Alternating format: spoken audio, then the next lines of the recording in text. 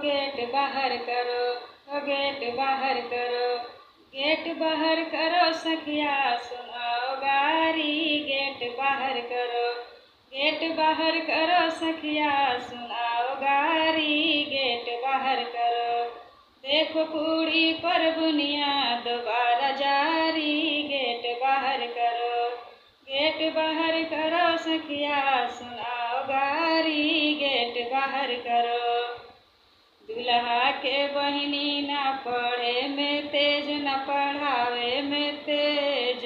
दुल्हा के बहिनी ना पढ़े में तेज, न पढ़ावे में तेज। अरे दुल्हा के बहिनी ना पढ़े में तेज, न पढ़ावे में तेज। खाली छो गो लइका पटावे में तेज। गेट बाहर करो, बाहर